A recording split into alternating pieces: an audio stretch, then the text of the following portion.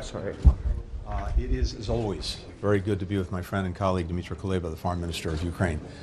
We just came from a session with all NATO allies and Foreign Minister Kuleba, and I think it's safe to say that the support for Ukraine, the determination of every country represented here at NATO remains rock solid. We will do everything that we can, allies will do everything that they can to ensure that Ukraine has what it needs to continue to deal with Russia's ongoing aggression against Ukraine, an aggression that gets worse with every passing day.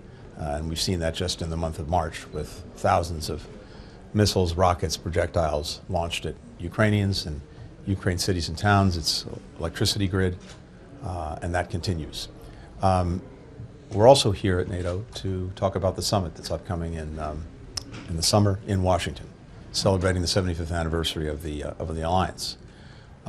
Ukraine will become a member of NATO. Our purpose at the summit is to help build a bridge to that membership and to create a clear pathway for Ukraine moving forward.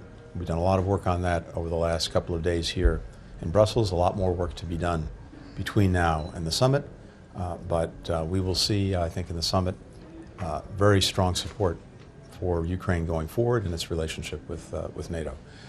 But we're equally focused, as I said, on the immediate and on Ukraine's needs today, tomorrow, the day after, to help it withstand this ongoing aggression from Russia. We'll talk about all of that and the work that our two countries continue to do together. Final point is this.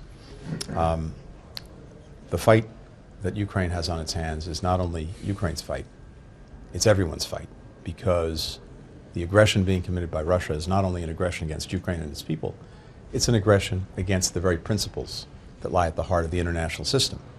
If Russia were somehow to succeed in Ukraine, if we did not continue to stand with Ukraine, the message to would-be aggressors everywhere is it's open season. You can get away with it too. And so it's imperative that Congress move forward with the supplemental budget request that President Biden made for additional assistance to Ukraine. It's not only in Ukraine's interest, it's profoundly in our own. And we have dozens of allies as well who feel the same way, who are more than picking up their share of the burden. And the supplemental will help ensure that we can continue to deliver for Ukraine, because Ukraine is delivering for us, fighting the fight every day to uphold these principles that Russia is aggressing and that matter to the United States and matter to every country in NATO. Thank you for your kind and strong words that you said just now, but also in the meeting behind the closed doors. I didn't want to spoil the birthday party for NATO, but I felt compelled to deliver a very sobering message on behalf of Ukrainians about the state of Russian air attacks on my country, destroying our energy system, our economy, killing civilians.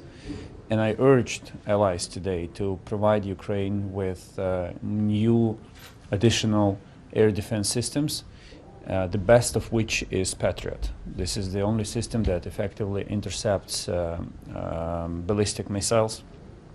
In March only, Ukraine suffered from 94 ballistic missiles. 94 ballistic missiles were shot at Ukraine. As a result of the discussions that we had and the strong encouraging messages from Secretary Blinken, allies will undertake an exercise of allocating, of finding this, identifying these additional air defense systems in order to bring them to Ukraine, to provide them to Ukraine and help defend our skies. Of course, I also listened carefully to the discussion, to the comments related to the upcoming Washington summit. It is up to allies themselves to decide on the form and the content of the next step towards Ukraine's membership in NATO. I understand that decision has been taken today to task the military part of the alliance with designing what that step could be.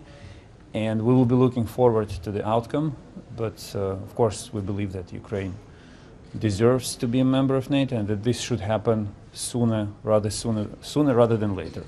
So we will be looking forward to the outcome of these deliberations. Finally, I would like to thank the people of the United States, the Biden administration, and those forces in Congress who work tirelessly on finding a solution to a problem that seems to be very simple. Just put something to the vote, put the law to the vote. No one has doubts that the law will be voted by overwhelming majority, but overcoming this last obstacle is crucial. It has to happen as soon as possible. We heard the latest messages coming from Washington, and we hope that this will be delivered. Thank you. Thanks. Come on in.